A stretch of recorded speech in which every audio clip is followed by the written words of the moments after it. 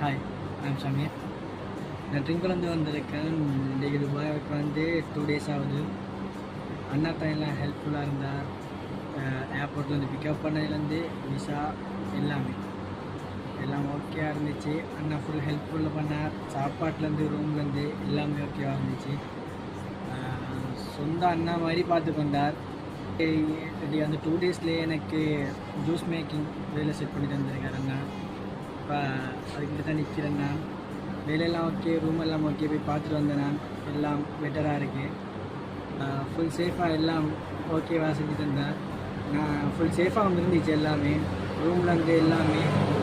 மற்றது யாருமே மற்றாக்கள்கிட்ட கொடுத்து சும்மா தேவையில்லாமல் ஏன் பண்ணுறாங்க.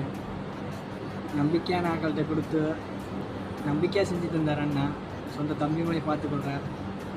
மற்றாக்கள்கிட்ட கொடுக்க வேணும் மீனிங் வந்து என்னென்னா